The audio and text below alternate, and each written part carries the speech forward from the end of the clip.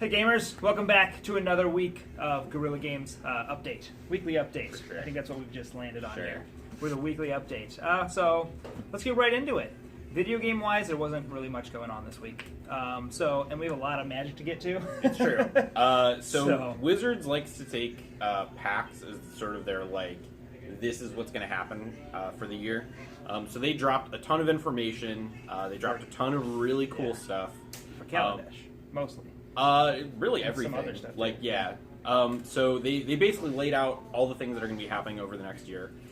First and foremost, probably the biggest announcement is that Amonkhet is going to be the next block after Kaladesh. It's going to be Egyptian themed, which is really sweet. That is cool. Yeah, I'm a huge fan of mythology, so I was super stoked when they said they were going to do a Greek mythology themed set. I love Theros. I thought it was awesome. I can't wait to see what they do with Egyptian stuff. Probably the coolest thing about Amonkhet, though, is that it is ruled over by none other than Mr. Nicol Bolas. You might remember him. He's the giant evil dragon guy.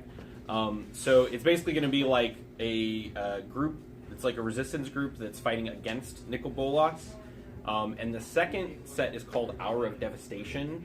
So that sounds pretty real crazy stuff's going to happen. I wonder if they'll add mummies. Probably. I mean, there's That would already be awesome. oh man, I forget it now. Vengeful Pharaoh is a huge card in dredge decks, commander, things like that. Also there was Cyclopean Mummy was in Alpha. So mummies have been a part of. I think it was in Alpha. It was in one of the earlier sets. Maybe they'll be more prominent though. Yeah, since exactly. They're going to Egypt and to go alongside that, they're also doing Nicol Bolas Arch Enemy. So for those of you that don't know what Arch Enemy is, it's basically it's like a 3 or 4 v1, but the one player has a special stack of cards that let him do crazy things. One of them is he can just take a permanent from one player at the table. There's another one that's it ramps him by 2, things like that. So in this one's obviously going to be themed around Nicol Bolas, so I'm sure there's going to be a lot of crazy, cruel ultimatum style card effects. Another big announcement that they made is our next anthology set is going to be Plane Chase Anthology, but after that one's going to be Commander Anthology. And it's going to be 4 decks, Marin, Derevi, Freyalise, and Kaalia.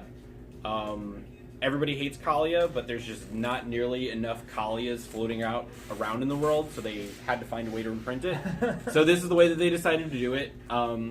Derevi's also pretty broken. I've had to play against Derevi a whole bunch. Freyalise I'm kind of okay with. Marin literally just got printed, so that seems a little bit of an odd choice. Yeah.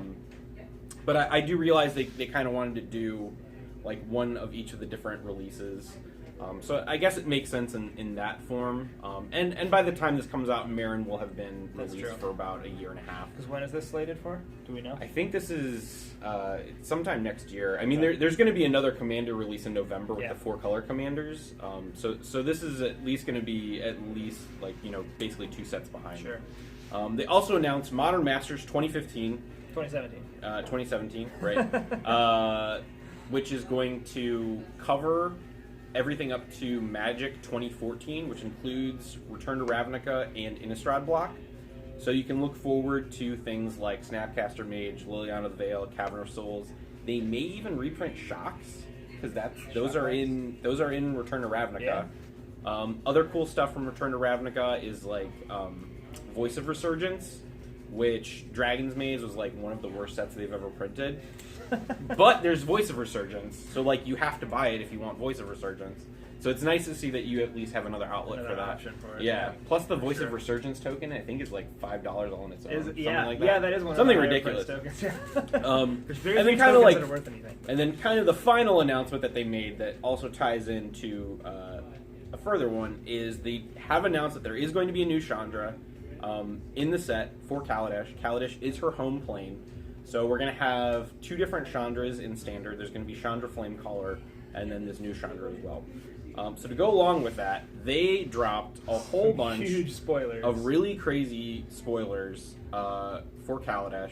I don't really know what to think of them. There's some cool stuff in there, though. There's a lot of really cool stuff going on. So but yeah, you're right. I don't know how it's going to play. So probably the easiest thing to explain and to kind of get started is they're introducing these things called vehicles, which are basically artifacts that you pilot.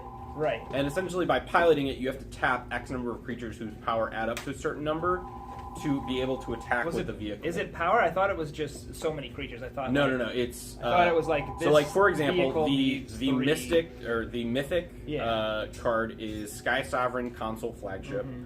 It's 5 colorless for legendary artifact vehicle flying. When it enters the battlefield or attacks, it deals 3 damage to target creature or planeswalker an opponent controls, and it's got crew 3. Tap any number of creatures you control with total power 3 or more. So it is total power. This vehicle becomes an artifact creature until end of turn. So you basically got a vehicle sitting on your plane. Yeah. And you got to pilot it. Yeah, so exactly. you have to tap down creatures that will then pilot it. It's cool. It's really sweet. I think it's neat. I think it's a neat mechanic. Really cool, and it's not really like anything they've done before. Like there was, I think. Juggernaut was one that you could tap creatures to like boost its power. Well, you've had stuff like a merge is the new thing, and that you have to tap creatures to play the card. Like convoke. Things like that. But, but I think the actual process of like tapping a whole bunch of creatures just to make another creature, if you know me, I'm really against anything that is a big investment in things, and I feel like I'm going to tap a whole bunch of creatures so that this one creature can attack is just asking for you to get like, I'm gonna murder your giant mythic flagship. Yeah. I'll definitely have to see how it ends up panning out over the play wise. There's only how many cards did they spoil? It's like they only spoiled like 10 or so. So like there's 11? a lot more cards to come out. So 15 more. I think they're actually posting more spoilers as the day goes on. So like I may not even have all of them right here in front of me. Some other cool stuff that's going on is there are these things called energy counters, which is basically sort of like a resource that you get whenever something happens. I don't think it's not a new mana symbol. No. Like It's like a resource. It's kind of like it's not exactly like infect damage, but I'm sure it's kind of like planeswalker emblems, things like that. It's not anything that you're going to have that people can deal with. Right. Maybe they're going to make cards so it's that like make you lose energy. When a card dies, you get so many energy. So, for example, Aetherworks Marvel. It's 4 colorless for a legendary artifact. Whenever a permanent you control is put into a graveyard, you get an energy counter. You can tap it and pay 6 energy counters. Look at the top 6 cards of your library, and you may cast a card from among them without paying its mana cost. Put the rest on the bottom of your library in any random order. So, again, I feel like this is a really big investment for something. I'm sure that there's going to be someone somewhere who breaks this so that you can get like an Emrakul for free. Yeah. But I just don't know until we see the rest of the set exactly how it's going to pan out. I think that might actually be kind of cool, and that might be a thing that would happen with Emrakul, because like especially with Emrakul decks, you're sacking Vessels of Nascencies. You're sacking things for a merge. So a lot of permanents are actually going in your graveyard. So maybe this Aetherworks Marvel will have a place. Sort of the most straightforward powerful card that they spoiled is the new Planeswalker, Saheeli Ray. So Saheeli is a colorless, a blue, and a red. So she's a 3-mana Planeswalker. We all know how good 3-mana Planeswalkers are. You can look at Liliana the Veil, the new Liliana, Nissa. Arlene Court's 4 mana, but... Oh, you're right. She doesn't cost 4 mana. She comes in with 3. But she comes in with 3 loyalty, +1, scry 1. Saheeli Ray deals 1 damage to each opponent. So right there, you're getting a little bit of card selection. It's not quite card advantage, but usually on your 3-mana Planeswalkers, you're not getting something as good as like the 4 and 5 mana ones. -2, create a token that's a copy of target artifact or creature you control, except it's an artifact in addition to its other types. The token gains haste, exiled at the beginning of your next end step. And then -7, search your library for up to 3 artifact cards with different names, put them onto the battlefield, then shuffle your library. She seems like she's tailor-made for really sweet commander decks. Artifact commander decks. I mean, just being able to tutor for 3 things with 3 different names is like, oh, well, it's a singleton format anyway. I'm sure she's gonna be fine. like I said, I don't really know. We haven't really seen enough of it to really say whether or not I think she's going to be like Liliana the Last Hope good, because Liliana is just like, -7 win the game, essentially. This one seems like it may require a little bit more work unless we see something really, really strong and really, really powerful. But yeah, that's kind of like the new crazy mechanics that they've revealed. There is one more mechanic, that they spoiled, which is the Fabricate mechanic. So for example, there's this guy, Glint Sleeve Artisan, 2 colorless and a white for a creature Dwarf Artificer. Fabricate 1. So when this creature enters the battlefield, put a +1/+1 counter on it, or create a 1/1 colorless servo artifact creature token. So it's basically like you can either get, you can either be a 3/3 or a 2/2 and a 1/1, which generally, in my opinion, is probably a better idea, again, because I don't like investments. That's just my thing. To do the 2 different things. I could definitely see situations where you'd want to fabricate for that extra thing, but anytime that you give players a choice like that, it's just making for better stuff. For sure. The other one that I think looks kind of cool, I don't really know how good it's going to be, but they have a legendary dwarf pilot. It's 1 colorless, a red and a white. Other dwarves you control get +1/+1. Each vehicle you control gets +1/+1 as long as it's a creature. When she becomes tapped, you may pay X. If you do, reveal the top X cards of your library, put all dwarf and vehicle cards from among them into your hand, then put the rest on the bottom of your library in a random order. So there's going to be like dwarf tribal might be a thing. Well, so they've had dwarves in the past, but they do. Seems no, like but they're really. But I mean, like, everybody's like, oh, werewolf tribal, vampire tribal. You'd be like, we've got dwarf tribal. All 7 of them. They pilot all of the vehicles that we now have on the field. Another pretty cool card is... I like the very first one Ganti on the set. Rashmi Eternity's Crafters. She's a little expensive. So she's 2 colorless, green-blue for legendary creature Elf Druid. Whenever you cast your first spell, each turn reveal the top card of your library. If it's a non-land card with converted mana cost less than the spell's, you may cast it without paying its mana cost. If you don't, you cast still the get to put it in into your your hand. So, I thought that was kind of cool. Mm-hmm. I could definitely see her, like I said, especially in Commander. It seems like there's a lot of things which doesn't always necessarily translate into actual play. Yeah. So I'm a little worried from what I've seen that like this set might be a little too cutesy or a little too overly designed. Yeah. Well, I mean, don't get me wrong. I think they're trying to counteract the very, very dark side of exactly. Innistrad with this. That's fine. I just, if you think of like Khans of Tarkir was a really, really powerful, awesome set, right? And then they had Balfour's Zendikar and Oath of the Gatewatch, which didn't really do a whole lot in terms of shaking up Standard. Then they released Shadows over Innistrad and especially Eldritch Moon, which basically just changed the whole game. Yeah. I'll be curious to see what this does and what kind of shakeups we have. Because when you look at it, a lot of the top really good decks aren't really losing anything. Like Languish is going away. Collected Company's going away, and Dramoka's Command is going away, but like the green-black Delirium decks are probably going to be just fine. Yeah. They're losing Languish, but I'm sure they'll get some other sort of sweeper that you can put in there. Or maybe not. Maybe or maybe they're just going to be like, you guys can play Hot Wheels and tap your creatures down to animate vehicles. But I just think that right now it's a little hard going from, here's a 3-mana Planeswalker that wins the game on turn 7.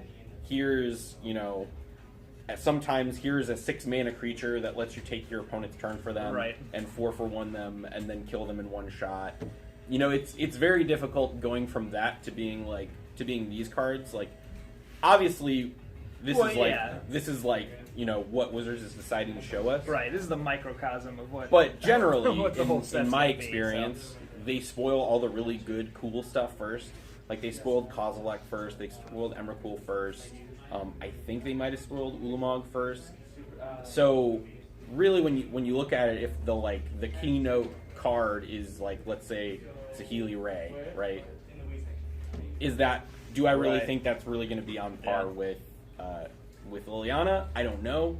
maybe as the set goes on, we'll see some more cool artifacts that'll lead me to believe otherwise. But yeah, right now I'm cautiously optimistic. I think it looks it looks really cool, but again, I just don't know. It looks like they're helping Red out a little bit since since Well, werewolves really didn't go anywhere. well, red, white. A lot of the spoilers have been red cards and white cards and vehicles. Yeah. And so it seems like the red-white deck is really like red-white has always been the like artifact equipment deck. So it seems like now they're really transitioning that into the like this is the vehicle deck, which again, yeah, exactly. It remains to be seen how good that's going to be, but yeah, it looks cool, and we'll just get more and more for the next few weeks here until it comes out at the end of the month. So. Also, the World is going on right now. I have not had a chance to watch any of the games, but I'm sure that they have been awesome. So. I haven't seen any either, but the new dual decks came out today as well. So, correct. Obnixilis and Nissa. Some pretty cool art on those foil planeswalkers. And they've actually made them now so they're like fighting against each other, and the backgrounds are like kind of meld joined. Yeah, it's really cool.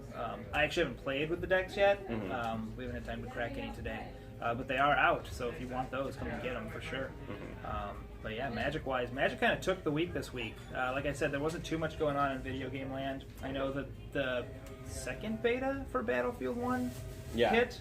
So I played a little bit of that. I played a little bit at E3. I've been playing a little bit here and there. It's fun.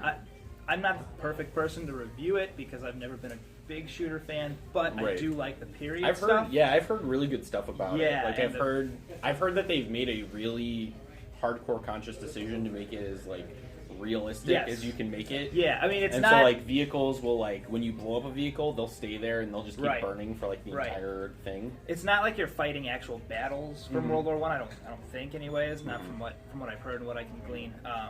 But the authenticity of just like the vehicles and the planes and the apparently zeppelins and riding horses and the guns, it all just feels very World War I. It's like spot on, and I love that period stuff. There's like a World War, or there's like a Wild Wild West steampunk train that you can pilot that fits a whole bunch of people, which I highly doubt that ever featured heavily in any battle in World War I. Yeah. And I guess there's zeppelins that someone was saying like. It's basically like kind of like a perk.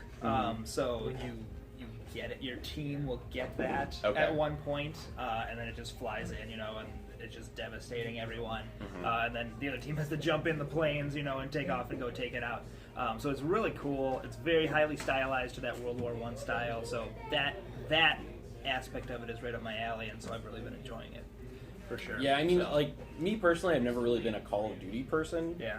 And I liked how Call of Duty was like, we're going to do like future warfare, and it's going to be Call of Duty Infinite War, and it's going to be so Halo, sweet and sci-fi, and it's going to blow your mind. And then Battlefield's just like World War I. Yep. Like, here's a cutlass and a horse. In terms of like the popularity war, Battlefield is just like taken over. Yeah, no, it looks, the whole Call of Duty is so just like cool. Yeah. Compared to like Call of Duty. Call of Duty, they announced those new zombies maps from the 80s, which again, they're going throwback with it, and everyone's like, this is awesome. Yeah. But yeah, in terms of like the solid Call of Duty play, it's just not there, I don't think, yet anyways. We'll see what they come out with in the next couple months, but they don't have very long, because it is now September. It's true. And these games are coming out, game season is right around the holidays, corner. So they're coming up. Yep, so... But other than that, in terms of tournaments this week, we did our first Halo 5 tournament, and it went awesome. I think we had 15 guys here for the first one, and everyone's really stoked for the next one. Alex took first place, so congrats to Alex. The next one will be the 25th. It's the last Sunday of this month, if I got the date wrong, but I think it's the 25th. We're going to be doing it again, so come on out for that. Smash last week, Renee? I guess that's how you say it. Renee, Nexus, and Meb, first, second, and third. School's getting back into the swing of things, so hopefully we'll start coming in more and more, and those tournaments are just going to keep getting better and better. So watch out for that. We may even be doing a special Smash 4 tournament in one of these Saturdays coming up here. Just keep a lookout for that on our Facebook page as well. Other than that, this coming Sunday, we've got our rotating tournament schedule. We will be doing Hearthstone. So if you're into Hearthstone, like I am, way too much, come out and play some Hearthstone. It should be fun. That'll start at 2 o'clock. Other than We're that, also doing Conspiracy. Right. We had on our Saturdays. Conspiracy launch. That was went last awesome Sunday. as well. Yep, we had. They were going on. Halo and Conspiracy were going on at the same time, and the store was it was nuts. awesome. It was a ton of fun. We had 12 Conspiracy. people show up to And play, you guys, and then we drafted twice, we right? drafted. Yeah, we did 2 rounds. So. We basically did 2 separate tournaments. Yeah. With the same people because everybody just loved it and wanted to do it again. It was really cool. So yeah, again, I highly recommend it. If you haven't gotten a chance to do it yet, do it. It's awesome. Saturdays at 1 o'clock for the next few weeks. Yep. And then we can announce it. Sealed League is ending. This is the last week for it. It looks like it's going to be you, Tony, and I don't know. My deck's falling apart. and someone else, but you're still like first. You're still I like am. second or So third. so what happened? Right. What happens is I have yet to open a single bomb rare in my entire pool besides Thalia, which isn't really like a bomb rare. If you get her on turn 3, she can turn it down. Yeah, well, I lost my first game getting Thalia on turn 3 this week. Ugh. But essentially what's happening is I just like get to the end game and I just can't beat people's bomb rares. So my deck's kind of falling apart. You'll probably but I did, still take second or third. I know. I'm thinking. It's all right. Like I can't really complain. I've top 3 every single tournament. So I'm in far, like 4th or 5th, I think. If I win, I only have 2 games left to play. I think if I do awesome and other people do really bad, I can come in 4th. But other than that, I'll be right in the middle of the pack. So for sure. But it was fun, and it's always fun. And we will be doing another one release week of Kaladesh. So come on out for that. That's what did we say it was, the 1st, I think, or the 3rd? I believe so. Yeah. Something like that. It's release weekend. That Saturday we'll kick off another Sealed League. Also, pre-release is the 23rd. Yes. So 24th. Yeah, technically, yeah. we're doing it at midnight, so it's the it is technically midnight of 20 Friday, Saturday that So weekend. it is the 24th, Yeah. technically. So yeah, come in, sign up for that. We do have a limited number of spaces. We got quite a few limited number of spaces, but it is limited. So if we get a big rush on it, you never know. So come on in and get signed up for that. That is all I got for this week. All right, cool. Anything else you got? No. All right. Told you, I'm just gonna think about. He's just gonna making my think Hot about Wheels these decks. this magic stuff. There'll be more and more to come. As someone who plays the green-black Delirium Emrakul deck, there is nothing more that I want to do than play Hot Wheels. But I'm just like I said, I'm worried it's just not going to come together.